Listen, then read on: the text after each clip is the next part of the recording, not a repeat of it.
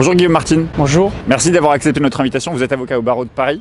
Vous êtes aussi membre du syndicat des avocats de France. On va revenir sur la question des violences policières qui a été assez prégnante cette semaine. Aujourd'hui, vous allez quand même mener au tribunal de grande instance de Paris une action de défense massive des prévenus de comparution immédiate. Ça consiste en quoi et pourquoi vous le faites ? Ça consiste à organiser la défense de chacune des personnes qui vont comparaître aujourd'hui devant le tribunal dans le cadre des comparutions immédiates, c'est-à-dire ce sont des personnes qui ont fait 24 heures, 48 heures de garde à vue, qui sont donc jugées immédiatement après leur garde à vue. C'est généralement des audiences dans lesquelles la justice est un peu expéditive et au contraire là on va avec 30 à 40 avocats, on va voir combien exactement nous sommes d'ici quelques minutes, organiser une défense minutieuse de chacun des prévenus qui vont passer devant ce tribunal en soulevant tous les points nécessaires, en particulier tous les points de droit qui nous paraissent utiles de soulever.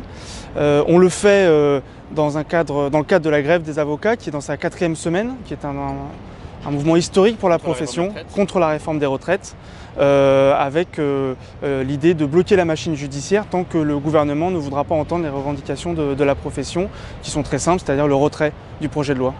Vous, il n'y a pas de négociation possible, c'est retrait puis renégociation derrière possible. Aujourd'hui, il n'y a aucune avancée de la part du gouvernement qui ne veut pas entendre le fait que nous voulons conserver notre régime autonome. On l'a vu cette semaine, la manifestation des pompiers a été assez violente. Les forces de l'ordre ont attaqué les pompiers. On voit dans la classe politique Ségolène Royal qui parle de régime autoritaire, les insoumis ou des communistes qui parlent de dérive autoritaire du gouvernement, un intellectuel comme Michel Onfray qui parle de dictature. D'autres plus proches du gouvernement parlent de réduction des libertés publiques. Vous êtes un avocat. Les mots ont un sens. Est-ce qu'ils sont exagérés ces mots ? Je crois d'abord que tout le monde a le droit en démocratie, puisque certains essayent de nous retirer ce droit-là. Tout le monde a le droit de s'exprimer sur l'état de la démocratie justement et du régime dans lequel on se trouve. Je ne sais pas si je parlerai dictature, certainement pas.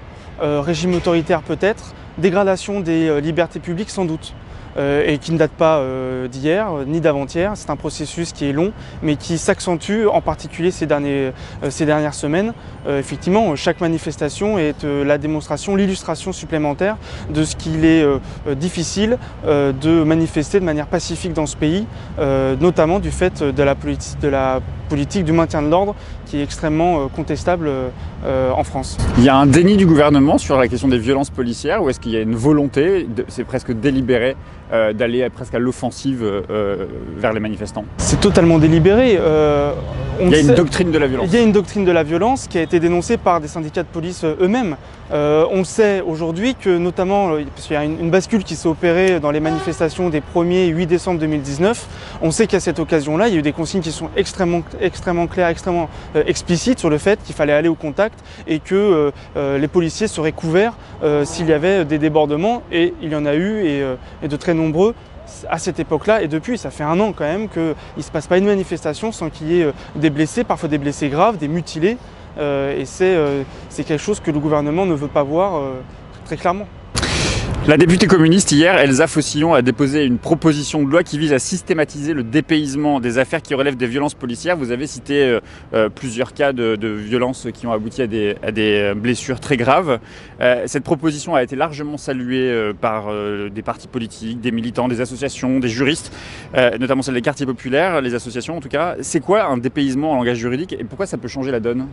Le dépaysement, c'est le fait que l'enquête serait automatiquement confiée à un procureur qui ne soit pas le procureur territorialement compétent. Très concrètement, une violence policière est dénoncée à Paris, l'enquête ne serait pas sous la charge du procureur de Paris, mais confiée par exemple au procureur de Nanterre. Ça peut changer la donne, parce que très souvent on voit que les services qui sont saisis par le procureur de la République pour enquêter sur les violences policières sont en réalité des services qui sont très liés aux policiers qui sont impliqués. Il y a un cas typique ces derniers mois qui illustre tout à fait cette difficulté-là, c'est celui de Geneviève Leguet, cette septuagénaire qui avait été piétinée lors d'une manifestation au printemps 2019 à Nice. Le procureur de Nice avait confié, et en toute connaissance de cause, l'enquête au conjoint du policier qui était en charge et qui est susceptible d'être impliqué dans les violences policières qui avaient été commises à l'égard de cette dame. Et surprise, l'enquête avait été classée sans suite. L'IGPN, il faut aussi réformer, il faut aussi proposer une autre instance plus transparente. Ce qui est sûr, c'est que l'IGPN, compte tenu de son taux d'enquête qui prospère, pose légitimement question. Et effectivement, la question se pose, et je sais que de nombreuses associations réfléchissent à proposer l'instauration d'une autorité indépendante et qui permettrait ou bien de poursuivre ou bien de classer sans suite les plaintes, mais en tout cas le faire avec beaucoup plus d'indépendance sans doute que ne peut le faire l'IGPN aujourd'hui. Qu'est-ce qui reste aux citoyens quand ils sont attaqués par la police? Qu'est-ce qui reste aux citoyens quand il n'y a pas de justice? Et qu'est-ce qui reste aux citoyens aussi quand il n'y a pas de presse? Il y a une presse bien sûr, mais on voit bien que quand même dans les manifestations, la presse est parfois attaquée. Qu'est-ce qui reste aux citoyens? Est-ce qu'il y a une violence légitime de ce côté-là? Une chose est sûre, c'est qu'on peut d'autant moins critiquer les violences des manifestants contre les forces de l'ordre ou contre l'État en général, lorsque l'État lui-même n'est pas, défaillant. Lorsqu'il est défaillant non seulement dans son maintien de l'ordre, mais lorsqu'il y a des dérapages, et ils sont nombreux de la part des forces de l'ordre, le fait que ces dérapages ne soient pas sanctionnés efficacement par le pouvoir en place. Et non seulement ils ne sont pas sanctionnés, mais il y a même un discours qui donne qui donne l'autorisation, je dirais presque aux forces de l'ordre de poursuivre leurs agissements. Il suffit de voir la déclaration de Macron, c'était en mars 2019, lorsqu'il trouvait que c'était scandaleux et impensable que l'on puisse parler dans le cadre d'une démocratie de violence policière, ce qui est aberrant. J'ai une dernière question, Guillaume Martin. On l'a vu cette semaine, la ministre, la garde des Sceaux a eu des propos assez embêtants sur la question du droit de blasphème. Mais j'aimerais revenir sur ce que Emmanuel Macron a dit lors du 75e anniversaire de la libération des camps d'Auschwitz. À propos de l'affaire Sarah Halimi, le président Macron a demandé un nouveau procès. La Cour de cassation l'a recadré en lui rappelant l'indépendance de la justice et le syndicat de la magistrature s'est dit scandalisé. Vous aussi, en tant qu'avocat, vous vous dites que ça n'est pas la place du président de la République que d'appeler un procès alors que ce procès a eu lieu? Cette déclaration elle est problématique pour deux raisons. La première, c'est qu'elle laisse à penser que la décision de déclarer M. Traoré